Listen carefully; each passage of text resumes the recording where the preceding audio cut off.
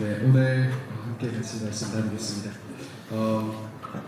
먼저 오늘은 같이 말씀을 읽고 시작을 하겠습니다. 오늘 같이 나눌 말씀은 마태복음 7장 13절에서 14절입니다.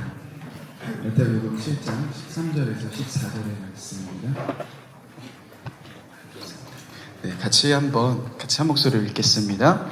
좁은 문으로 들어가나 멸망으로 인도하는 문은 크고 그 길이 넓어 그리로 들어가는 자가 많고 생명으로 인도하는 문은 좁고 길이 협착하여 찾는 자가 적음이라. 예, 아멘. 네, 감사합니다. 제가 저희 아내하고 또 저희 가족하고 작년에 미국하고 또 유럽을 이렇게 차로 돌면서 교회들을 탐방 다녔습니다. 그러니까 미국에서 그래서 제가 운전한 시간이 운전을 거의 하루에 한 9시간에서 10시간. 왜냐면 저희가 뉴저지에서 출발해서 이제는 어딘지는 잘 모르겠어요. 올랜도라고 좀 아래 갔다가 저쪽 서부까지 가고 다시 또 뉴저지로 갔기 때문에 되게 많이 운전을 많이 했는데요. 운전을 하면서 유일한 낙은 그 찬양 듣는 거였습니다. 찬양밖에 들을 수 없어서 찬양을 들었는데 주로 저희가 많이 들었던 찬양이 아이자야 61 혹시 아시나요? 아이자야 61. 저희가 그 찬양 들으면서 되게 많이 위로를 받았는데 어느 날 갑자기 낯선 찬양 하나가 오더라고요. 아이자야 걸 분명히 틀었는데 전신갑주. 저희가 갑자기 전신갑주 뭐 이렇게 하는데 굉장히 충격을 받았습니다. 이거 아이자야 실패했다. 이거 잘못 만든 거 아닌가? 전신갑주? 그러면서 저희가 전신갑주가 나올 때마다 웃으면서 계속 돌렸습니다. 근데 제가 오늘 수련해서 전신갑주를 어제 들을 때 굉장히 놀랐거든요. 전신갑주가 이렇게 너무 파워풀한 찬양인지 오늘 여기 와서 알았습니다. 여러분 전신갑주 찬양 계속 불러도 마지막에 그 싱어팀들이 이렇게 숙이시면서 원래 이렇게 주일에도 이렇게 하시나요? 안 하시나요? 그래서 제가 진짜 너무 큰 은혜를 받아가지고 그래서 제가 막 너무 큰 감격에 막 젖었습니다. 사실 제가 어저께 기도하러 예배를 준비하러 기도하러 앉을 때부터 제 마음 가운데 주셨던 너무 강한 메시지 하나가 있었는데 그 메시지가 바로 디모데후서 2장 3절에서 5절까지 말씀입니다. 나중에 집에 가서 혹시 꼭 찾아보실 수 있는 분들은 찾아보시면 좋을 것 같습니다. 근데 제게 마음 가운데 너무 강하게 주신 마음이 어떤 거였냐면은 하나님이 군대를 찾는다. 특별히 이번 수련회에서 하나님이 하나님의 군사들을 찾으신다라는 마음을 너무 강하게 주셨거든요. 그래서 전신갑주가 너무 좋았던 거일 수도 있습니다. 그런데 그 마음을 이제는 저희 아내가 같이 기도하고 싶다고 해서 같이 왔거든요. 그런데 아내하고 어저께 집에 가면서 차를 타면서 같이 이 이야기를 나눴습니다. 하나님이 너무 강하게 이번 수련회를 통해서 하나님의 군대, 하나님의 군사들을 찾는 것 같다라는 마음을 나눴는데 아내도 동일하게 나의 마음 가운데도 군사라는 마음을 계속 주셨다라고 이야기를 하는 마음을 받으면서 하나님이 지금 저와 여러분들의 삶 가운데 또 이 수련회를 통하여서 하나님의 군사들을 찾고 계시는구나 라는 마음을 굉장히 많이 받았습니다. 여러분 나중에 그 말씀 디모데후서 2장 3절부터 5절까지 말씀을 찾아보시면은 그 말씀에서 특별히 제가 여러분들께 도와드리는 부분은 5절의 말씀입니다. 경기하는 자는 법대로 경기를 해야 된다. 사실 제가 여러분들과 함께 이번 수련회를 준비하면서 계속 나누고 싶었던 것이 우리 그리스도인들이 어떻게 경기를 해야 될까? 우리의 그 신앙의 여정을 우리가 어떠한 식으로 경기를 해야 될까? 경기의 규칙대로 우리가 해야 되는데 우리가 그 규칙이 무엇인가? 우리 신앙인 그리스도인들이 하나님 나라 백성으로 살아가는 우리가 어떠한 규칙을 가지고 살아가야 할까를 계속 나누고 싶은 부분입니다. 그런데 여러분들이 하셔야 될 것은 4절과 6절의 말씀입니다. 4절과 6절 자기 생활에 얽매이지 않는 것, 그거는 제가 도와드릴 수가 없습니다. 여러분들이 선택하시고 내가 이 군대로 하나님의 군사로 살아가기로 여러분들이 결단하셔야 됩니다. 또한 6절의 말씀처럼 그대로 내가 삶 속에서 먼저 뛰어나가고 오늘 특별히 여러분들과 함께 나눌 이 그리스도인이 어떻게 살아가야 할까라는 이 부분에 여러분들이 받으시고 그대로 살아가시는 것은 여러분들의 몫입니다. 그래서 여러분들이 내가 다시 한번 그 하나님의 군사로서 나아가겠다라고 결단하시고 또한 여러분들이 이 수련의 장을 벗어나시고 일상을 살아가실 때 그대로 한번 살아가 보시면은 정말 놀라운 일들이 여러분들의 삶 가운데 벌어지실 겁니다. 그렇게 살아가시는 여러분들 모두가 되셨으면 좋겠습니다. 오늘 말씀을 들어가기 전에, 오늘 말씀은 사실 어제 말씀이 기반으로 되어야 있어야지만 여러분들과 함께 나눌 수 있는 말씀이라서 어제 저희가 함께 복음과 구원에 대한 이야기를 나눴습니다. 누가복음 13장에는 특별히 복음과 구원에 대한 우리들이 복음과 구원을 위해서 애를 쓰라고 이야기를 하잖아요. 그러면 우리가 일반적으로 알고 있는 애씀, 무엇인가 이 복음을 위해, 구원을 위해 어떻게 우리가 애를 써야 될까? 이것이 우리의 신앙에 굉장히 충돌되는 지점이다라고 설명을 드리면서 시작했습니다. 그러고 나서 저희가 복음과 구원을, 사실 우리는 어떻게 많이 복음과 구원을 이야기하냐면, 구원은 내가 죽어서 천국 가는 것, 그리고 복음은 예수님이 나의 죄를 위해서 십자가에서 죽으시고 내가 그 예수님을 내 마음의 구주로 영접하면 나는 천국 가는 것, 이 정도로 우리가 복음을 생각하고 있지 않았나 라고 돌아보았죠. 여러분, 근데 사실은 복음은 훨씬 큰 이야기입니다. 그리고 그 큰 이야기를 우리가 이해할 때 예수님이 십자가에서 죽으신 그 사건이 어떠한 엄청난 사건, 그리고 그 사건이 얼마나 놀라운 사건인지를 우리가 경험할 수 있는 것입니다. 복음과 구원은 무엇입니까? 복음은 하나님 나라가 가까이 왔다. 하나님 나라, 하나님의 통치가 이제 시작되었다라는 이야기였죠. 구원은 그러면 어떤 겁니까? 우리가 죽어서 가는 천국에 대한 이야기가 아니라 내가 예수님을 내 마음의 구주로 영접하면 지금 이 땅에 살아가는 오늘 이 하루부터, 내가 예수님을 영접하는 바로 그 순간부터 나는 하나님 나라 백성으로서 이 땅을 살아갈 수 있는 존재가 된다라는 그 이야기를 함께 나눴습니다. 그러면 우리가 애쓰는 것이 무엇인가? 정말 애를 어떻게 써야 되는가? 우리가 구원을 위해서 열심히 봉사해야 되는가? 예배해야 되는가? 그게 아니었죠. 그 모든 것은 예수님이 이미 십자가에서 끝내셨습니다. 레위기 제사에 대한 이야기, 용서에 대한 이야기를 드리면서 예수님이 십자가에서 피를 쏟으시면서 우리의 죄의 근본을 해결해 주셨죠. 또한 예수님이 그 정결법, 우리가 만지는 거 조심해야 되고 만난 사람 조심해야 되지만 그것조차도 예수님이 오셔서 다 바꿔주셨습니다. 그러니까 우리는 그 구원을 위해서 무엇인가 노력해서 구원을 얻을 수 있는 것이 아닙니다. 그런데 왜 성경은 애쓰라라고 이야기합니까? 그 애씀의 핵심은 예수님이 끊임없이 이야기하시죠. 복음을 이야기하시기 전에 이렇게 이야기하십니다. 회개하라. 회개하라. 하나님 나라가 가까이 왔다. 나는 의인을 부르러 온 것이 아니라 죄인을 부르러 왔다. 죄인을 불러 회개시키러 왔다. 여러분, 예수님이 이야기하시는 핵심은 무엇이었냐면 너희가 할 거 없다. 너희가 회개만 하면 된다. 그래서 우리의 신앙은 회개하기에 애쓰는 겁니다. 여러분, 우리가 마지막 죽는 그 순간까지 우리는 회개를 해야 됩니다. 사실 우리가 많은 순간 회개를 잊어버립니다. 회개는 내가 예수님을 내 마음의 구주로 영접하는 순간 사실 우리는 구원받은 백성입니다. 구원은 변하지 않습니다. 그 구원은 하나님이 완성시켜 주시는 겁니다. 그 구원, 여러분들이 구원받은 백성으로 하나님이 끝까지 책임지실 겁니다. 그런데 우리들의 신앙은 끊임없이 회개하며 나아가야 합니다. 왜냐하면 우리는 삶을 살아가면서 끊임없이 죄 가운데 있거든요. 우리 안에 있는 그 죄성이 또다시 올라오는 거거든요. 그래서 우리는 그때마다 어떻게 해야 됩니까? 다시금 내 마음, 내 안에 있는 죄들을 회개하며 나아가야 합니다. 그래야지만 우리가 하나님 나라 백성으로서 이 땅을 살아가는 그 놀라운 일들이 일어날 수 있다라는 겁니다. 회개하지 않으면 어떤 일이 벌어지냐면 이렇게 조금 제가 설명드리면 좀 좋을 것 같습니다.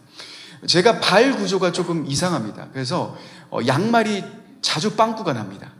항상 이게 교회 사역했을 땐 정장을 입잖아요. 그러면 정장에 딱 있다 보면 양말이 빵꾸가 나면 어떻게 하냐면 해보셨습니까? 그 양말을 이렇게 접어서 이게 발가락을 꼭 누르고 있는 거. 신방 갈 때 그래서 항상 막 이렇게 발 누르고 그러고 다녔습니다. 제가 아내한테 나 발 너무 빵꾸 난다. 그래서 양말 좀 사야겠어. 양말도 대량으로 샀습니다. 근데 제가 미련한 게 있는데 뭐냐면 이 빵꾸 난 양말을 버리면 되잖아요. 버리지 않고 항상 빨래통에 넣습니다. 그러면 아내가 또 그거를 또 열심히 빨아주십니다. 빨아서 어떻게 해주십니까? 이렇게 또 잘 개켜서 또 넣어주시죠. 그러면 저는 또 이제는 가서 양말 신을까 하면 그 양말 끊습니다. 그 신는데 어떤 양말입니까? 또 빵꾸 난 양말인 겁니다. 여러분, 우리들의 신앙이 우리가 회개하지 않으면 계속 이 방식으로 살아가는 겁니다. 수련회에서 은혜 받잖아요. 저도 청년부 같이 했을 때 똑같습니다. 청년분들이 수련회에서 은혜를 받습니다. 그러면 그 은혜빨로 조금 살다가 다시 돌아옵니다. 그러다가 내년 수련회 또 은혜 받고 또 돌아오는 이 반복 패턴이 왜 생길 수밖에 없냐면 우리가 그 죄성, 내 안에 있는 이 죄들을 회개하는 것을 우리가 놓치기 때문입니다. 여러분, 계속 회개하는 것을 게을리하시면 안 됩니다. 내 마음이 혹시나도 또다시 무너지고 내가 무언가 하나님의 사랑이 느껴지지 않는다, 하나님이 여러분들을 버리신 게 아니라 우리가 다시금 죄로 인해 멀어지고 있는 겁니다. 그래서 여러분들이 끊임없이 회개하며 나아가시는 그 걸음을 걸어가실 때 우리 안에서는 놀라운 변화들이 나타나기 시작합니다. 여기까지가 이제 어저께의 이야기였고요. 사실 되게 간단하게 이야기할 수 있는데 너무 많은 이야기를 드려서 죄송합니다. 네. 오늘은 이제 그 구원, 우리가 하나님 나라 백성으로 살아갈 수 있는데 그 하나님 나라 백성으로서 어떻게 살아갈 수 있을까? 어떻게 살아가면 되고 어떠한 방식으로 살아가야 할까에 대한 아주 중요한 이야기를 함께 드리려고 합니다. 먼저 그러기 전에 에베소서 2장 8절에서 10절 말씀, 이 말씀을 같이 읽으면서 시작하려고 합니다. 한번 이 말씀 읽어보겠습니다. 시작. 너희는 그 은혜에 의하여 믿음으로 말미암아 구원을 받았으니 이것은 너희에게서 난 것이 아니요 하나님의 선물이라. 행위에서 난 것이 아니니 이는 누구든지 자랑하지. 네, 여기까지만 읽어주시면 됩니다. 은혜에 의하여 믿음으로 말미암아 구원을 받은 겁니다. 구원, 하나님의 나라의 백성으로 살아갈 수 있는 그것은 우리의 행동에서 난 것이 아니다, 자랑할 수 없는 거다라고 이야기를 합니다.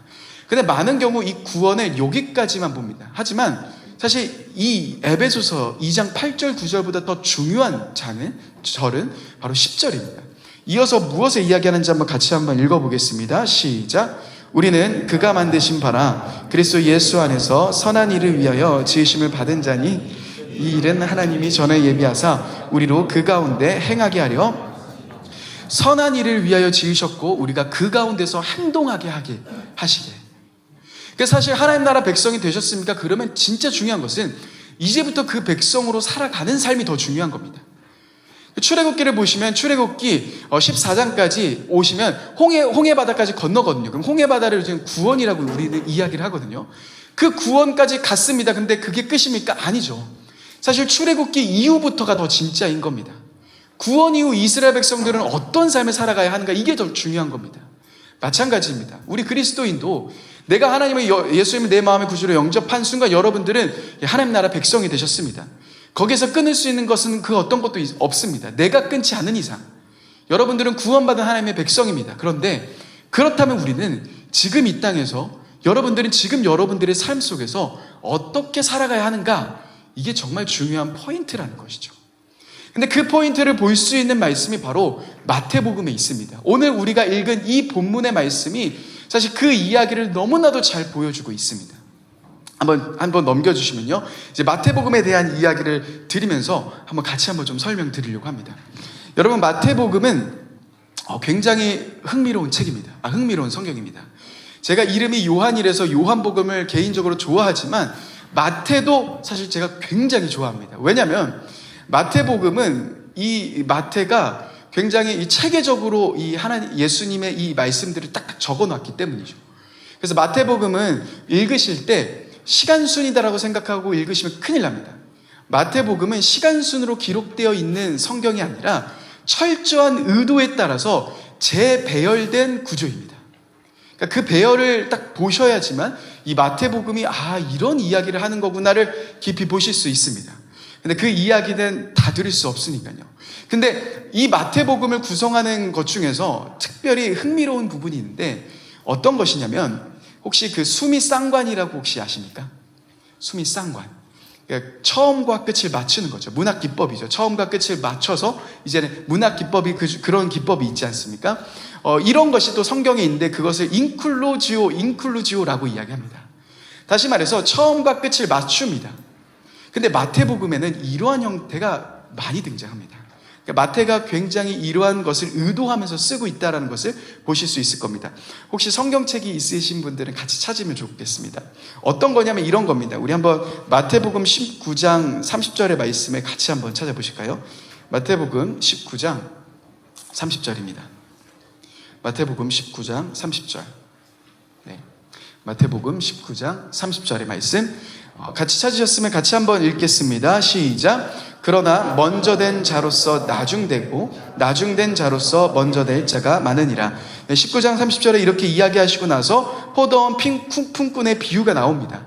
그러고 나서 이 포도원 품꾼 비유의 끝에 16절, 20장 16절에 보시면 같이 한번 읽겠습니다. 시작. 이와 같이 나중된 자로서 먼저 되고 먼저 된 자로서 나중되리라.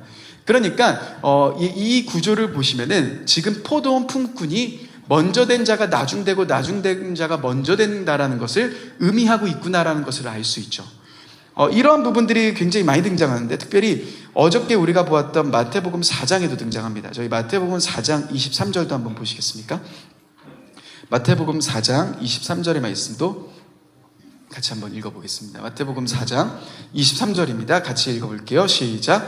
예수께서 온 갈릴리에 두루 다니사 그들의 회당에서 가르치시며 천국 복음을 전파하시며 백성 중에 모든 병과 모든 약한 것을 고치시니. 네, 이렇게 딱 시작했잖아요. 그런데 이게 똑같이 나오는 것이 어디 나오냐면 마태복음 9장 35절입니다. 마태복음 9장 35절 이 말씀 한번 찾아보겠습니다. 같이 한번 9장 35절 읽어보겠습니다. 시작. 예수께서 모든 도시와 마을에 두루 다니사 그들의 회당에서 가르치시며 천국 복음을 전파하시며 모든 병과 모든 약한 것을 고치시니라. 네, 똑같죠. 그러니까 앞에 있는 지명만 빼고, 그 지명만 빼고 뒤에 있는 내용들은 똑같습니다. 그러니까 어떤 걸 표시해 주냐면 이제 마태가 처음에 들어가는 시작을 표시해 주고 끝나는 지점을 표시해 주는 겁니다. 그래서 이 마태복음 5장, 6장, 7장, 8장, 9장은 어떻게 나눠져 있냐면 이 말씀 보시면 35절에서 무엇을 하시죠? 가르치시죠. 그러니까 천국 복음에 대해서 전파하시면 가르치십니다. 그리고 나서 무엇을 하시냐면 고치십니다. 그래서 흥미로운 것은 이루고 나서 마태복음 보시잖아요. 마태복음 5장, 6장, 7장이 무엇인지 아십니까? 하나님 나라가 산상수훈이라고 하죠. 하나님 나라 백성이 어떻게 살지를 가르치십니다. 그러고 나서 8장, 9장을 보시면 뭐가 묶여져 있는지 아십니까? 예수님이 고치시는 사역이 묶여져 있습니다. 그러니까 마태가 굉장히 체계적으로 이 마태복음을 기록하고 있는 것이 보이실 겁니다. 또한 마태복음 5장, 이건 나중에 한번 여러분 찾아보시면 팔복도 처음과 끝을 맞춥니다. 그래서 처음에 천국이 그들의 것이며 마지막에도 무슨 복이죠? 천국이 그들의 것이며 라고 이야기하죠. 위에와 아래가 그래서 현재형으로 쓰여있고 나머지는 다 미래형으로 쓰여있는, 이렇게 마태는 처음과 끝을 맞추는 것을 굉장히 좋아했습니다. 그리고 그 안에 메시지를 담고 있는 겁니다. 그러니까 여러분, 이러한 흐름 속에서 마태복음 5장, 6장, 7장이 하나님 나라 백성이 어떻게 살지를 가르치시는 거잖아요. 그렇기에 오늘 그 마지막 부분에 있는 7장에 있는 7장 13절, 14절은 누가복음 13장에 이야기했던 좁은 문으로 들어가기에 힘써라, 구원을 위해서 너희가 구원받는 자가 적습니까? 라는 이야기와 조금 다른 맥락에서 우리가 이 말씀을 봐야 됩니다. 그래서 학자들도 그러한 부분들을 이야기를 하면서 오늘 마태복음 7장 13절과 14절의 이야기는, 이 말씀은 제자들을 향한, 제자들이 어떠한 삶을 살아가야 할지에 대한 이야기다라고 해석을 합니다. 자, 그런 관점에서 오늘 말씀 마태복음 7장 13절 14절을 다시 한번 읽어보겠습니다. 같이 한번 읽어보겠습니다. 시작. 좁은 문으로 들어가라. 멸망으로 인도하는 문은 크고 그 길이 넓어 그리로 들어가는 자가 많고, 생명으로 인도하는 문은 좁고 길이 협착하여 찾는 자가 적음이라. 비슷한 것처럼 보이지만 이 좁은 문 다음에 하나의 이미지가 더 등장하죠. 어떤 이미지가 등장합니까? 길이라는 이미지가 추가적으로 하나 더 등장합니다. 그리고 나서 14절에서는 뭐라고 이야기하시냐면 좁고 길이 협착하다라는 표현을 하시죠.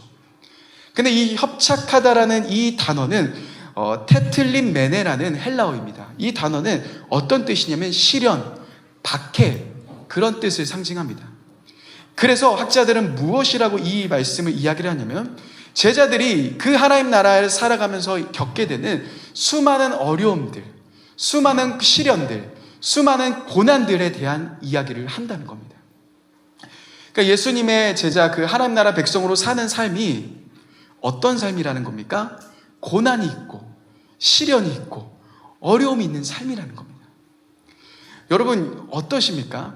만약에 예수님 하나님 나라의 백성이 되면은 내가 하고 있는 사업이 다 잘 되고, 내가 생각했던 모든 것들이 다 내 뜻대로 되고, 내가 꿈꾸는 직장에 들어가고 한다면 사실 누가 안 하겠습니까? 모든 사람이 다 그렇게 하겠죠. 그런데 예수님을 따라가고 그 하나님 나라 백성으로 살아가는 삶이 고난이 있고 시련이 있고 어려움이 있다라는 겁니다. 저는 사실 항상 이 말씀을 볼 때마다 굳이 이런 삶을 살아가야 하나? 라는 생각을 참 많이 했습니다. 여러분들은 그런 생각 혹시 안 해보셨습니까? 그러니까 이런 부분들이 우리들의 마음을 굉장히 힘들게 하는 겁니다. 그런데 이 마태복음 5장, 6장, 7장을 보시면요, 더 우리들의 가슴이 탁탁 막힙니다. 왜냐하면 아래 말씀 한번 보실까요? 마태복음 5장 21절의 말씀을 같이 한번 읽어보겠습니다. 같이 읽어볼게요. 시작. 옛사람에게 말한 바 살인하지 말라. 누구든지 살인하면 심판을 받게 되리라 하였다는 것을 너희가 들었으나. 여러분, 어떤 거냐면 이 구약의 율법, 6가지 율법에 대한 이야기를 하면서 그런데 하나님 나라 백성의 삶은 그것과 다른 차원이다 라고 이야기합니다. 구약은 단지 외적으로 살인 안 하면 됩니다. 그러니까 내 마음이 이 사람을 죽이고 싶어 뭐 그런 거 상관없습니다. 외적으로 살인 안 하면 됩니다. 그런데 하나님 나라 백성은 그 마음까지 이야기하십니다. 하나님 나라의 백성의 삶은 만약에 형제에게 바보라고 하면 지옥불에 들어간다라는 이 어마어마하게 무서운 이야기를 하시는 겁니다. 그 아래 말씀도 그렇고요. 그 아래 말씀은 또 어떻습니까? 그 눈에는 눈, 이에는 이. 그래서 누가 나를 때리잖아요. 그럼 나도 때리면 됩니다. 이게 구약의 율법입니다. 그런데 예수님이 이야기하신 하나님 나라의 백성의 삶은 어떠합니까? 누가 너 오른밤 때리면 어떻게 하라고 하시죠? 왼밤도 되라고 이야기합니다. 누가 너 속옷 달러 가면 겉옷까지 내주는 것. 여러분, 가만히 생각해 보십시다. 구약의 율법이 쉽습니까? 아니면 하나님 나라 백성의 삶이 쉽습니까? 구약의 율법이 더 쉬운 거 아닙니까? 아니, 살인하지 말라고 살인만 안 하면 되는데 이제 마음까지 이야기하시면 이게 뭐야? 제가 항상 이 말씀을 읽을 때마다 어떠한 시험에 빠졌냐면요, 이런 겁니다. 하나님이 마치 이러신 분 같아요. 500ml 생수. 제가 이게 너무 무거운 거예요. 너무 무겁다. 갑자기 예수님이 오시더니 내가 들어줄게. 여기까지는 좋았어. 근데 갑자기 예수님이 가면서 이야기하는 거예요. 야, 그런데 저쪽에 그 물탱크 있다. 들고 와. 여러분, 이런 거 아닙니까? 지금 예수님이 이렇게 하시는 거 아니에요? 아니, 율법 가져가시고 율법의 모든 요구 다 이뤄주시고 율법의 저주에서 우리를 해방시켜 주시고 나서 갑자기 하나님 나라 백성은 이렇게 살아야 해. 근데 물탱크 같은 어마어마한 이야기, 이거 뭐야 이거. 너무 어려운 이야기 아니야? 라는 이야기를 지금 예수님이 하고 계신다라는 겁니다. 여러분, 가만히 생각해보면 이건 너무 이상한 이야기 아닙니까? 이건 좀 너무 이상한 이야기죠. 근데 더 충격적인 이야기가 있습니다. 여러분, 마태복음 5장을 한번 보시면 5장 마지막 절을 한번 보십시오. 마지막 절에 이건 너무 힘듭니다. 마지막 48절을 보시면 이렇게 이야기합니다. 같이 한번 이 말씀 읽어보겠습니다. 시작. 그러므로 하늘에 계신 너희 아버지의 온전하심과 같이 너희도 온전하라. 하나님의 온전한 것 같이, 하나님이 온전하신 것 같이 우리도 어떻게 하라고요? 온전하라고요. 와, 이거 어떻게 살아가는 겁니까? 가슴이 턱턱 막히죠. 과연 이런 삶 살아갈 수 있어? 고난도 힘들고, 고난도 이해가 안 되고, 시련도 힘든데, 거기에다가 이러한 삶, 이 구약의 율법보다 더 무겁고 어려운 삶, 도대체 이해가 잘 안 되시지 않습니까? 그래서 오늘은 그러면 우리가 어떻게 살아가야 하는 건가? 예수님이 이야기하시는 이 이야기의 정말 중요한 부분이 무엇인가? 라는 그것을 한번 찾아보려고 합니다. 오늘 같이 여러분, 첫 번째 힌트가 있습니다. 예수님이 이 이야기를 하시면서 사실은 그 배경 속에서 아주 중요한 힌트가 있습니다. 그렇게 살 수 있는 아주 놀라운 방법이 있습니다. 저희가 첫 번째 이 마태복음에 들어가면서 수미상관에 대한 이야기를 했죠. 근데 마태복음은 수미상관, 정말 중요한 인클루지오가 있습니다. 그러니까 이 마태복음 전체를 둘러싸고 있는 아주 중요한 핵심이 있습니다. 그것이 무엇인지 한번 보시겠습니다. 마태복음 1장 23절인데요. 이 말씀을 같이 한번 읽어보겠습니다. 시작. 보라, 처녀가 잉태하여 아들을 낳을 것이요 그의 이름은 임마누엘이라 하리라 하셨으니 이를 번역한즉 하나님이 우리와 함께 계시다 함이라. 하나님이 우리와 함께 계시다 함이다. 그런데요, 마태복음 28장 20절을 보십시오. 마지막 이 절에서 뭐라고 이야기합니까? 같이 한번 읽어보겠습니다. 시작. 내가 너희에게 분부한 모든 것을 가르쳐 지키게 하라. 볼지어다 내가 세상 끝날까지 너희와 항상. 마태복음 전체를 둘러싸고 있는 아주 중요한 인클루지오, 그 안에 모든 내용들이 포함되어 있는데 그 모든 내용들을 둘러싸고 있는 아주 중요한 이야기가 무엇이냐면 내가 너희와 세상 끝날까지 함께 있겠다. 이 이야기가 아주 중요한 핵심이라는 겁니다. 하나님이 함께 계신다. 예수님이 우리와 함께 계신다. 그 왕이신 예수님이 우리와 함께 계신다. 특별히 마태복음 28장 20절에는 뭐라고 이야기합니까? 사람들에게 분부한 모든 것 가르쳐 지키게 하라. 그가 하나님 나라 백성이 어떻게 살아갈지를 지키게 해라. 그러고 나서 힌트로 뭐를 주십니까? 내가 너희와 함께 있을 거다. 세상 끝날까지 내가 너희와 함께 있을 거다라는 이 엄청난 이야기, 아직 우리에게는 감이 안 오는 이야기를 던져주시는 겁니다. 여기까지만 알면 참 괜찮습니다. 그런데 우리가 막상 이제 예수님을 찾아가고 싶잖아요. 세상 끝날까지 함께 있으신다며요. 지금 예수님 어디 계십니까? 이스라엘 어디인가 있으셨으면 참 좋겠어요. 그러면 우리 두드림 청년분께서 오늘 이번 수련회는 우리 예수님 만나러 이스라엘로 가겠습니다. 그러면 얼마나 좋아요. 가서 예수님 딱 만나고 예수님 어떻게 이러면 예수님 딱 이야기해 주시면 너무 좋잖아요. 아니 세상 끝날까지 함께 계신다며요. 근데 어디 계셔? 이런 막막한 이제 상황이 닥친 겁니다. 근데 예수님이 또 힌트로 또 다른 곳에 또 얘기하신 겁니다. 그 말씀이 어디입니까? 우리 요한복음 14장 16절 17절의 말씀을 같이 한번 읽겠습니다. 이 말씀 같이 읽어볼게요. 시작. 내가 아버지께 구하겠으니 그가 또 다른 보혜사를 너희에게 주사 영원토록 너희와 함께 있게 하리니 그는 진리의 영이라 세상은 능히 그를 받지 못하니 이는 그를 보지 못하고 알지 못함이라. 그러나 너희는 그를 아나니 그는 너희와 함께 거하시며 또 너희 속에 계십니다. 여러분, 예수님이 또 다른 힌트를 주십니다. 내가 세상 끝날까지 너희와 함께 있을 거야. 그 말은 예수님의 육신을 입은 예수님이 함께 계신다라는 의미가 아니라 예수님이 무슨 힌트를 주셨냐면 나는 떠나지만 성령님이 너희와 함께 하실 거야. 너희의 모든 삶 가운데 누가 함께 하신다고요? 내 안에서 성령님이 함께 하신다는 겁니다. 여러분, 예수님을 내 마음의 구주로 영접하는 순간 여러분들의 삶 가운데 놀라운 변화가 생깁니다. 어떤 변화가 생기냐면 예수님이 약속하신 이 성령님이 여러분들 안에 계시기 시작하는 겁니다. 여러분들 안에 계셔서 여러분들과 평생을, 여러분들이 죽는 그 순간까지 함께 계신다는 겁니다. 내가 어딜 가든지, 내가 누굴 만나든지, 내가 몇 시에 있든지 상관하지 않고 여러분들 안에 누가 계신다고요? 성령님이 함께 계신다라는 이야기를 합니다. 그런데 예수님이 여기서 또 다른 힌트를 보여주십니다. 성령님을 뭐라고 소개하냐면 뭐라고 소개하고 있죠? 보혜사. 여러분, 이 보혜사라는 단어 혹시 들어보셨습니까? 성령님을 보혜사라고 하는데 이 보혜사의 뜻이 뭐냐면 헬라어로 파라클레토스입니다. 파라라고 하는 것은 뭐뭐 곁에, 클레토스는 돕는 분. 이걸 합치면 어떻게 됩니까? 성령님은 파라클레토스인데 어떤 분이십니까? 곁에서 뭐 하시는 분이요? 돕는 분.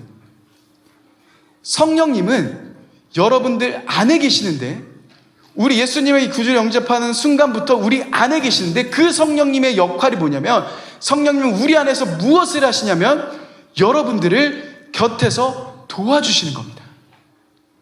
여기까지 오면 예수님의 힌트가 조금씩 보이실 겁니다. 하나님 나라 백성 어떻게 살아가? 우리가 어떻게 살아? 당연히 우리가 못 삽니다. 왜요? 구약의 율법대로도 살 수 없는 게 우리거든요. 어떻게 그 법대로 살 수 있겠습니까?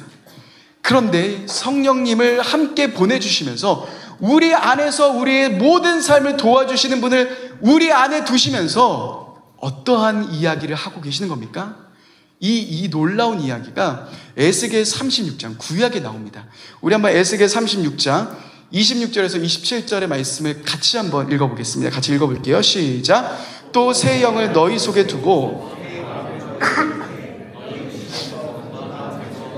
부드러운 마음을 줄 것이며 또 내 영을 너희 속에 두어 너희로 내 율례를 행하게 하리니 너희가 내 규례를 지켜 이 말씀은 대표적으로 새 언약, 구약에 나오는 새 언약입니다. 그러니까 예수님, 오실 그 예수님에 대한 이야기입니다. 그 예수님 통하여서 새로운 언약의 백성들에 대한 이야기입니다. 그러니까 우리들의 이야기죠. 그런데 그때 놀라운 이야기를 합니다. 에스겔 선지자가 뭐라고 이야기합니까? 하나님이 이런 이야기를 하십니다. 27절에 또 내 영을 내 속에 두어. 예수님이 이야기하신 것과 똑같은 이야기죠. 우리가 예수님의 구주를 영접하면 우리 속에 누구를 거하게 하신다고 하셨습니까? 성령님이 우리 안에 들어오신다고 이야기하십니다. 그런데 그 성령님이 하시는 역할이 뭐냐면, 어떻게 도와주시냐면 그 다음에 이렇게 이야기합니다. 너희로 뭐라고 하시죠? 내 율례를 뭐하게 하신다고요? 행하게 하리니. 너무 중요한 구절입니다. 이거는요, 주체가 누구냐면 우리가 아닌 겁니다. 여러분 잘 기억하셔야 됩니다. 주체가 내가 아닌 겁니다. 주체가 내가 아니라 지금 누구인 겁니까? 내 안에 계신 누가 하신다고요? 성령님이. 주체가 내가 돼서 열심히 그 하나님의 법대로 살아가는 게 아니라 지금 어떠한 약속을 주신 거냐면 우리 안에 성령님 돕는 분을 주셔서 하나님 백성으로 살아갈 수 있게 하신다는 겁니다. 하나님 나라 백성이 어떠한 삶을 살아갈지 이야기하시잖아요. 그 삶은 내가 살아가는 게 아니라는 거죠. 누가 살아가는 것입니까? 내 안에 계신 성령님이 살아가 주시는 겁니다. 이게 진짜 정말 놀라운 이야기입니다. 여러분, 이걸 통하여서 여러분들의 모든 신앙에 대한 이야기가 펼쳐집니다. 한번 넘겨주시면요. 여러분, 제자는 이런 방식으로 살아가는 겁니다. 내가 사는 게 아니라 누가 사시는 거예요? 내 안에 성령님이 살아가 주시는 겁니다. 우리는 순종하면서 따라가는 거죠. 잘 보십시오. 성령의 9가지 열매가 있습니다. 갈라디아서에 나옵니다. 사랑이라 화평, 오래 참, 자비, 양성, 충성, 온유, 절제. 여러분, 이 9가지 열매, 저는 이전에 이 9가지 열매를 내가 맺는 거라 생각했습니다. 그래서 사랑하기 싫은 사람이 있어요. 막 사랑하기 너무 싫은 사람이. 그러면 주님 사랑하겠습니다. 사랑하겠습니다. 막 이렇게 막 어떻게든 막 사랑해 보려고 합니다. 여러분, 모두가 사실 뭐 기뻐할 수 없잖아요. 힘든 일 있을 수 있잖아요. 기뻐하라고 이야기하셔요. 그러면 주님 기뻐하겠습니다. 기뻐하겠습니다. 기뻐하겠습니다. 이게 자기 체면이죠. 기뻐할 거다. 난 기뻐할 수 있어. 기뻐할 거다. 여러분, 그렇게 해서 우리가 기뻐할 수 있을까요? 이 성령의 열매는 아까의 그 원리대로라면 누가 맺어가시는 겁니까? 내가 맺어가는 게 아니라 내가 아둥바둥 사랑해봐야지 사랑, 이게 아니라 내 안에서 누가 하시는 거라고요? 성령님이 하시는 겁니다. 아주 놀라운 변화가 생기실 겁니다. 여러분, 그래서 이 성령의 열매를 보시면 나중에 헬라어로 혹시나도 보실 기회가 있다면 열매라는 단어가요 단수로 되어 있습니다. 열매들이라고 하지 않고 열매라고 되어 있습니다. 이것은 내가 열심히 맺어서 하나하나씩 맺어가는 게 아니라는 겁니다.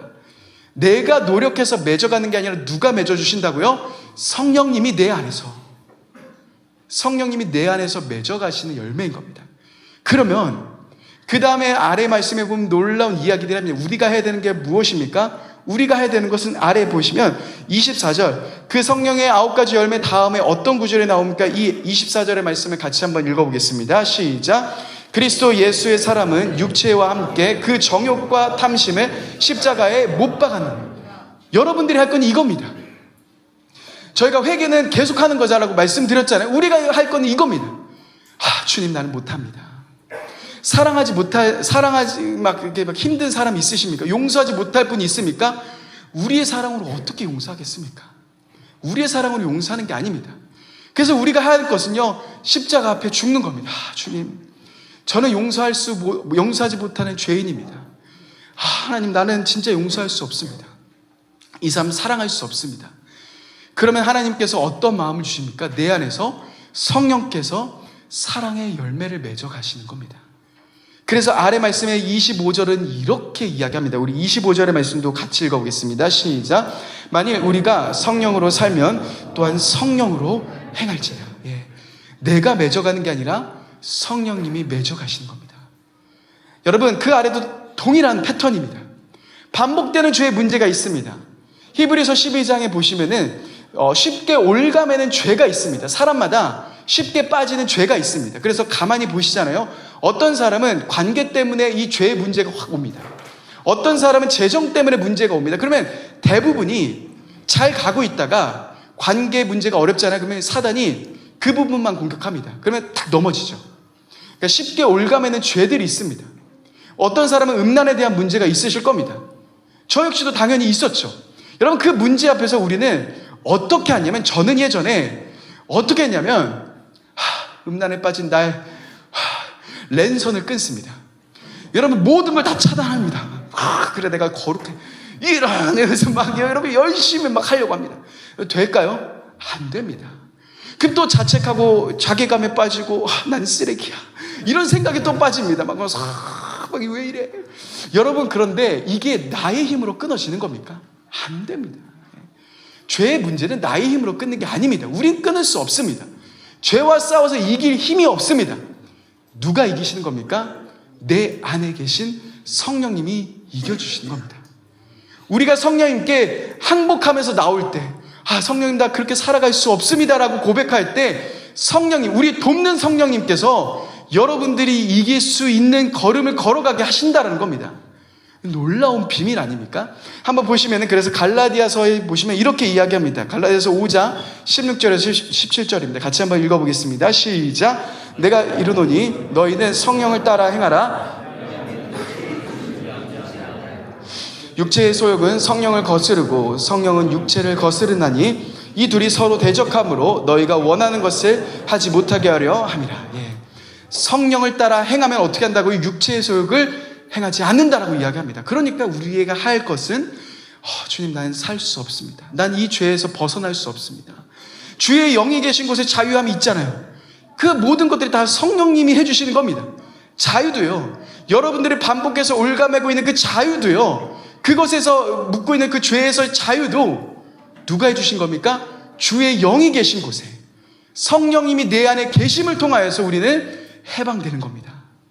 그렇게 죄를 이겨나가시는 겁니다. 아주 놀라운 비밀이죠. 이것뿐만 아닙니다. 여러분, 사실 제가 적어온 게 적지만 사실 훨씬 많습니다. 이거 여러분들이 찾으시면서 읽어보십시오. 와, 성령님이 이렇게까지 우리와 함께 하셔? 이렇게 도와주셔? 어마어마한 이야기들이 이 신약 성경 안에 담겨져 있습니다. 우리가 고난의 길에 대한 이야기를 했잖아요.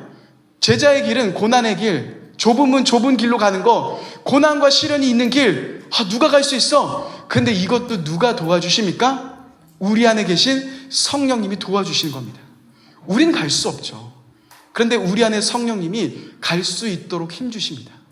거기에다가 고난과 시련 속에 있을 때 누가 위로해 주십니까? 위로까지 해주십니다. 보시면 사도행전 9장 31절에 보시면 우리 같이 한번 읽어보겠습니다. 시작. 그러는 동안에 교회는 유대와 갈릴리와 사마리아 온 지역에 걸쳐 평화를 누리면서 튼튼히 서갔고 주님을 두려워하는 마음과 성령의 위로로 정진해서 그 수가 점점 늘어났다. 누가 위로하십니까? 성령의 위로. 거기에다가 이 고난의 길을 헤쳐갈 수 있는 능력도 누가 주십니까? 성령님. 우리가 잘 알고 있는 사도행전 1장 8절입니다. 우리 같이 한번 읽어보겠습니다. 시작. 오직 성령이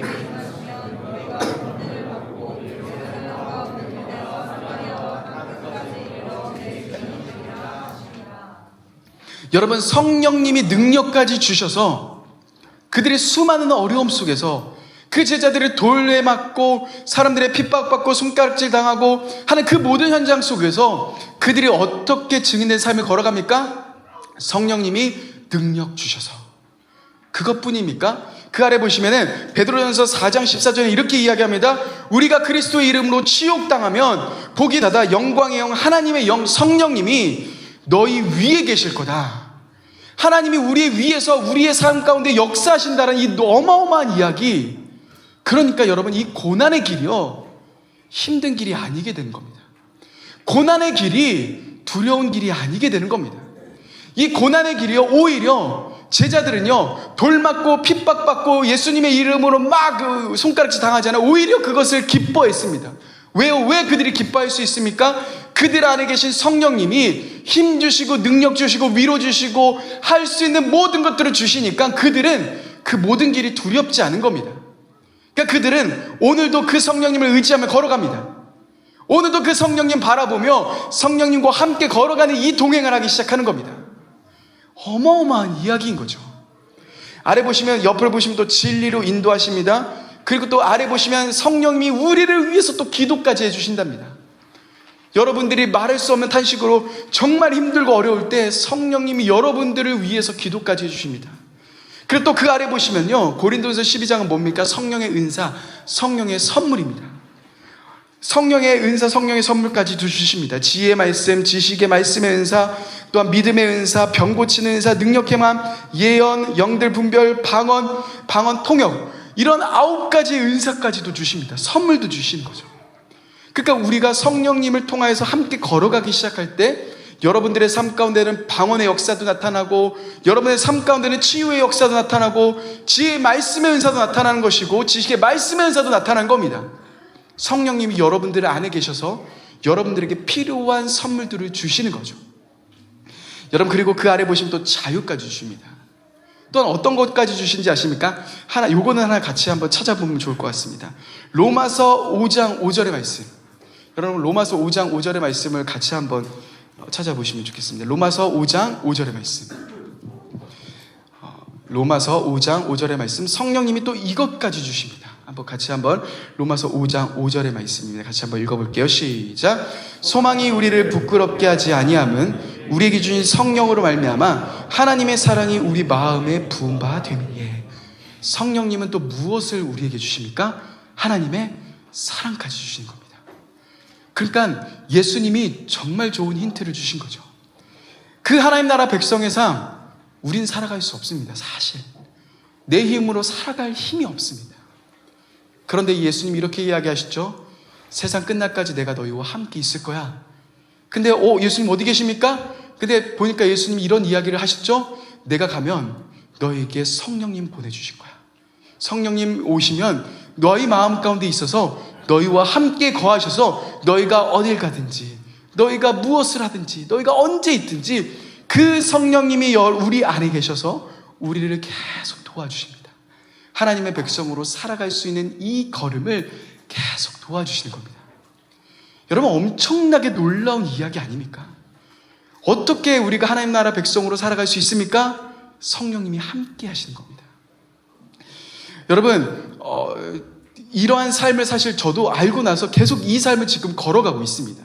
제 삶에서 너무나도 놀라운 일들이 정말 많이 일어났습니다. 제가 제 작년 처음 왔을 때 그때 여러분들께 고백했던 것처럼 제가 그 전교에 있을 때 미국 갈 거야 라는 마음을 주시고, 이렇게 빚도 많고 하나님 어떻게 미국 갑니까? 하는데 미국으로 보내주셨습니다. 그래서 1월 말에 가서 이제는 미국에서 이제는 교회들을 탐방하고, 그래서 같이 시간을 보내다가 그리고 나서 또 영국으로 또 보내주셔서 영국 가서 한 달 있고, 그러다 또 유럽으로 보내주셔서 유럽에서 이제 또 차를 끌고 교회들을 돌아다니고 계속 그런 여정을 갔습니다. 근데 여러분, 제가 빚이 엄청 많다라고 말씀드렸잖아요. 이거 오늘 어떻게 갚아? 이렇게 고민했다고 말씀드렸잖아요. 그런데 나서 제가 성령님 이 말씀, 그래 하나님이 인도하시니까 성령님 따라가 보겠습니다 라고 나서, 그러고 나서 그 여정들을 계속 걸어갔는데 놀라운 은혜들이 엄청 많이 부어졌습니다.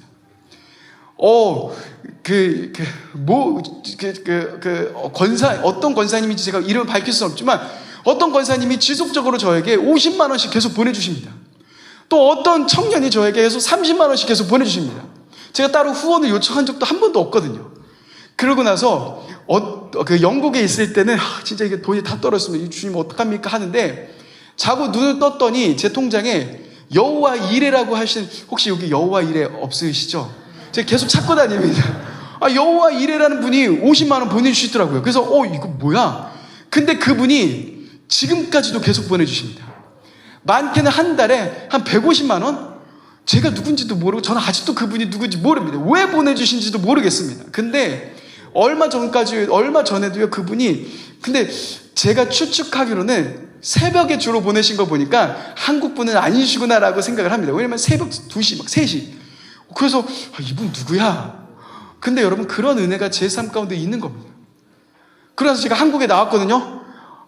그래서 제가 주님께 여쭤봤죠. 일하는 게 나쁜 게 아니니까, 주님, 저 일할 수 있습니다. 이제 앞으로 이제 먹고 살아야 되는데, 하나님, 주님, 저 일할 길 열어주시면 저 일하겠습니다. 근데 주님 계속 일 아니야. 그래서 제가 일을 하지도 않고 그러면 어떻게 살죠? 라고 이야기를 하잖아요. 근데 진짜로 딱딱 그날 하나님이 살아가게 하시는 겁니다. 한 번은 저희가 보험을 들고 있었던 걸 이제는 다른 분하고 이제 하려고 하는데, 그리고 이제는 원래 들었던 보험을 이제 해지했습니다. 근데 뜻하지 않게 해지금이 어마어마하게 들어온 겁니다. 이렇게까지 줘? 잘못 준 거 아니야? 이렇게 아내랑 막 그렇게 얘기할 정도로 그것 가지고 또 살았습니다. 근데 또 이제 돈 없어. 하나님 주님 어떡합니까? 이거 어떡하죠? 근데 또 갑자기 그 권사님이, 어떤 권사님인지 또 다른 권사님이, 목사님 기도하다가 목사님 생각납니다. 50만 원을 딱 보내주십니다. 근데 또 다른 권사님이, 목사님 갑자기 오늘 목사님 떠오르네 하면서 50만 원 주시는 겁니다. 같은 날. 이거 뭐야? 여러분, 그렇게 지금까지 살고 있습니다. 이게 뭡니까? 제가 열심히 한 겁니까? 아니요. 전 열심히 한 적도 없습니다. 그냥 제가 할 수 없습니다. 성령님. 내 힘과 내 노력을 할 수 없고, 주님이 가라고 하시면 가고, 주님이 일하라고 하시면 하고, 주님이 하라고 하시는 거 그대로 그냥 하겠습니다 라고 순종하며 지금까지 달려온 겁니다. 그러니까 엄청나게 놀라운 하나님의 은혜들이 있는 겁니다. 사실 어제도 오늘도 그 은혜의 현장 속에 있었습니다. 이 책자를 어제 새벽에 제가 만들었다고 했잖아요. 인쇄를 하려고 하니 저희 집에 있는 인쇄기로는 도통 인쇄가 안 됩니다. 그래서 어쩔 수 없이 이걸 인쇄소에 맡겨야 돼서 인쇄소에 맡겼는데 또 제가 칼라를 중시하거든요. 흑백을 드릴 수 없잖아요. 열심히 제가 만들어요. 흑백으로 드리면 뭐야 이거 이러더라고요. 그래서 제가 칼라로 좀 해야 됩니다. 근데 칼라에 제가 물어보니까 저는 그 정도일 줄 몰랐어요. 가격이 상당하더라고요. 처음에 170명이라고 하셔서 170명이니까 이거는 안 돼. 그래서 제가 갖고 있는, 왜냐면 저희가 모아둔 돈이 없으니까 오늘 살고 오늘 어떻게 할지 모르는 인생이니까, 하나님 제가 갖고 있는 돈으로는 100명까지는 할 수 있습니다. 다행히 90명 첫날 오셨다 하더라고요. 그래서 100명까지는 하겠습니다. 그럼 문제가 뭡니까? 오늘 아닙니까? 오늘 주님 적어도 한 80개는 해야 되는데, 그래서 오늘 그렇게 기도를 하고 나서 눈을 감고 주님 어떡합니까? 눈을 떴습니다. 근데 돈이 들어와 있더라고요. 나라에서 돈 주셨습니다. 그 양육수당. 이러고 또 타이밍 또 맞춰서, 그래서 저희 이준이에게는, 그 둘째에게는 말하지 못하고 오늘 살짝 그 돈을 가지고 여러분들에게 그걸 만들어서 온 겁니다. 나중에 제가 맛있는 거 이제 사주겠습니다. 여러분, 이렇게 하나님의 은혜대로 지금 살아가는 겁니다. 여러분, 이것이 사실 그리스도인의 삶 아닙니까? 이것이 저와 여러분들이 살아가는 삶 아닙니까? 사실 세상은 내가 열심히 해서 내가 하는 그거 가지고 내가 그래서 한 대로 결말을 얻는 겁니다. 그래서 수없이 스펙 쌓고 수없이 열심히 일하고 하는 것 아닙니까? 그런데 저와 여러분들은 하나님의 통치함 받는 백성 아닙니까? 그 하나님이 이렇게 살라라고 우리에게 이야기하셨죠. 내가 사는 것이 아니라, 세상은 내가 열심히 살지만 우리의 삶은 내가 사는 게 아니라 나는 죽고 나는 내려놓고 예수, 그 성령님이 내 안에서 살아가시는 삶, 내 안에서 능력 주셔서 그 능력을 가지고 살아가고, 내 안에 힘을 주셔서 그 힘을 가지고 살아가는 거고, 내 안에 지혜 주셔서 그 지혜를 가지고 살아가는 것, 그것이 우리 그리스도인 하나님 나라 백성이 살아가는 삶 아니겠습니까? 여러분, 제 삶 가운데는 어마어마한 일들이 지금 다 벌어지고 있습니다. 너무나도 놀라운 일들이 제 삶 가운데는 진짜 벌어지고 있습니다. 다 말씀드릴 수 없지만 제 안에서 이거는 꼭 말씀드려야겠다라는 마음을 주십니다. 여러분, 제가 지금 어떤 교회에 추천을 받아서 그 담임 목사의 그 후보로 올라갔습니다. 근데 사실 제 나이가 39입니다. 그리고 여러분, 담임 목사의 후보로 올라가려면 어떻게 해야 되냐면 적어도 석사, 박사, 외국 유학까지 가야 됩니다. 제 나이로는 저는 공부를 신대여만 딱 나오고 한 적이 없거든요. 그러니까 사실 저는 아무런 자격이 없는 자입니다. 할 수가 없는 자입니다, 사실은. 그런데요, 하나님이 이상하게 하나님이 계속 그렇게 추천이 들어와서 후보로 올라가고, 이제 면접 보고 이제는 하는 물론 안 될 수도 있죠. 근데 중요한 거는 되고 안 되고의 문제가 아닙니다. 제 삶에서는 내가 거기에 들어가고 안 들어가고의 문제가 아닙니다. 그냥 하나님이 안 되게 하시면은, 그래, 하나님이 무엇인가 또 다른 계획이 있으신 거지. 되게 하시면은 그래, 그곳을 통하여서 하나님 나를 통해서 무언가 하시겠지라는 그런 마음으로 바뀌게 되는 겁니다.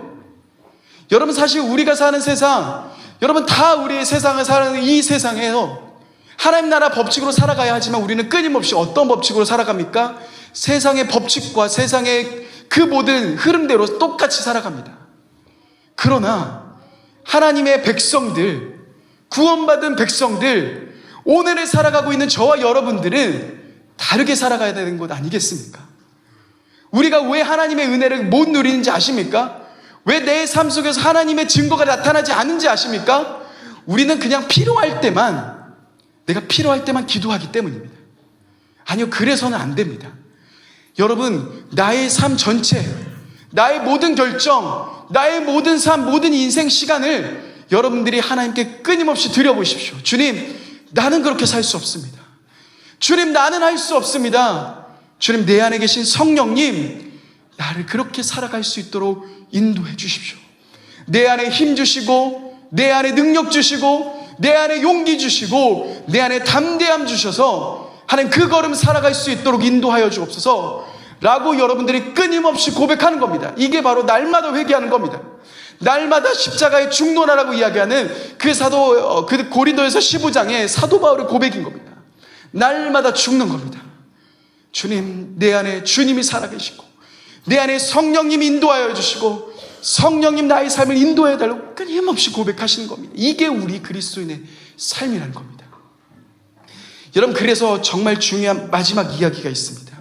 마지막 장 넘겨주시면 마지막에 정말 중요한 이야기가 나옵니다. 성경에 보시면 이러한 이야기가 등장합니다. 데살로니가 전서 5장 19절에 이렇게 이야기합니다. 우리 같이 한번 이 말씀 읽어보겠습니다. 시작. 성령을 소멸하지 말며. 여러분, 성령을 소멸하지, 이 소멸하다는 것은 불을 꺼트리는 것을 말합니다. 여러분, 혹시나도 지금 여러분들 안에 이미 와 계신 성령님, 그 성령의 불을 꺼트리고 끄고 있는 인생은 아니십니까? 끄는 것은 간단합니다. 다시 내가 내 인생대로 살아가는 겁니다. 내가 하고 싶은 대로 살아가는 것. 그냥 내 인생의 주인이 나인 것처럼 살아가는 것. 그냥 하나님을 수단으로 이용하는 것. 이거는 내 안에 계신 성령님의 불을 끄는 겁니다. 그러면요, 여러분, 하나님의 사랑이 느껴지지 않으실 겁니다. 그때 나타난 증상은 내 속에서 불안함이 올라옵니다. 내 속에서 두려움에 사로잡히게 됩니다. 내 속에서 끊임없이 결핍이 느껴지실 겁니다. 그거는 지금 내 안에 계신 성령님을 내가 그 불을 꺼트리고 있는 겁니다. 끄고 있는 겁니다. 그런데 반대의 상황이 있습니다. 여러분, 사도행전 4장의 말씀을 같이 한번 읽었으면 좋겠습니다. 사도행전 4장에 보시면 오히려 불을 키우는 게 있습니다. 사도행전 4장 31절입니다. 29절부터 31절의 말씀인데요. 사도행전 4장 29절부터 31절의 말씀을 저희 같이 한번 읽어보겠습니다. 시작. 주여, 이제도 그들의 위협함을 굽어보시옵고 또 종들로 하여금 담대히 하나님의 말씀을 전하게 하여 주시오며 손을 내밀어 병을 낫게 하시옵고 표적과 기사가 거룩한 종 예수의 이름으로 이루어지게 하옵소서 하더라. 빌기를 다음에 모인 곳이 진동하더니 무리가 다 성령에 충만하여 담대히 하나님의 말씀을 전하니라. 여러분, 성령의 세례, 여러분들 안에 계신 성령님은 한번 들어오시면 평생 함께 하십니다. 내가 예수님을 부인하기 전까지. 그런데요, 우리가 해야 되는 게 있습니다. 이 말씀에 보시면 성령의 뭐가 있죠? 충만함이 있습니다. 성령의 충만함은 여러분들에게 불을 더 부어주시는 겁니다. 내가 하나님 이 상황 속에서 내가 하나님의 말씀을 전하기 어렵습니다. 너무 많은 핍박 속에서 하나님 두렵습니다라고 고백하는 그 사도들에게 성령님의 충만함을 부어주시는 겁니다. 성령님의 충만함, 성령의 불을 부어주셔서 그들이 다시금 어떻게 합니까? 이 상황을 가만히 보시면요, 그 다음부터 오히려 더 어려움이 있습니다. 더 많은 시련이 있습니다. 죽기까지 합니다. 그런데 그들이 담대하게 하나님의 말씀을 전합니다. 왜요? 성령님의 충만함을 힘입어서 내 안에 계신 성령님이 담대함을 주시고 선포할 수 있게 하시기에 그들은 두려워하지 않고요, 담대히 하나님의 말씀을 전하러 갈 수 있는 겁니다. 여러분, 우리에게 지금 필요한 것이 바로 이 기도입니다. 성령님, 내 삶을 충만하게 해달라고. 성령님, 나의 삶을 덮으시고 나의 인생을 덮으셔서 하나님, 나의 모든 삶이 주님의 영광을 드러내며 주님의 말씀을 드러내는 주님의 군사가 되는 그런 놀라운 삶이 일어날 수 있도록 여러분들이 끊임없이 성령의 충만함을 위해서 우리가 기도해야 하는 것입니다. 여러분, 그렇게 사모하십니까? 그렇게 사모하신 여러분들 가운데 오늘 성령님이 가득 임하실 겁니다. 여러분, 성령님은 내가 사모할 때, 내 마음이 주님을 갈망할 때 여러분들 안에 충만하게 임하시는 겁니다. 그래서 요한복음 7장에 보시면 초막절에 예수님이 이렇게 이야기하십니다. 누구든지 목마르거든 나에게 와서 마셔라. 이것은 무엇입니까? 나를 믿는 자는 그 배에서 생수의 강이 흘러나갈 거다. 이것은 그들이 아직 받지 않았지만 무엇을 가리킨다라고 이야기하십니까? 그들이 받을 성령에 대한 이야기라는 겁니다. 여러분, 성령님이 여러분들 가운데 충만하게 임하길 원하신다면 우리는 갈급해야 됩니다. 하나님, 내가 하나님 나라 백성으로 살아가고 싶습니다. 하나님, 내가 회사에서 하나님의 백성으로서 내가 이 자리에 있고 싶습니다. 여러분, 그렇게 여러분 소망하신다면 주님께 목마름을 가지고 나오십시오. 주님의 성령으로 나를 채워주십시오. 나에게 용기 주시고 나에게 지혜 주시고 나에게 힘 주시고 나에게 능력 주셔서 하나님, 내가 그 삶을 살아갈 수 있도록 주님 나와 함께 해달라고. 여러분들이 그렇게 기도하기 시작할 때 여러분들 가운데는 놀라운 일들이 일어나기 시작할 겁니다. 어떤 사람에게는 방언으로, 어떤 사람에게 치유를 할 수 있는 능력으로, 어떤 사람에게는 지혜의 능력으로, 어떤 사람에게 지식의 말씀의 은사로 하나님 여러분들에게 선물도 부어주실 겁니다. 또한 열매도 맺게 하실 겁니다. 여러분, 그러한 갈망, 그 하나님만을 바라보시며 갈망할 준비가 되셨습니까? 그렇게 사모하실 준비가 되셨습니까? 그렇게 목마름을 가지고 나오실 준비가 되셨습니까? 여러분, 그러면 우리가 이 시간 함께 자리에서 일어나셨으면 좋겠습니다. 여러분, 그 목마름을 가지고 우리가 함께 나아가기 원합니다.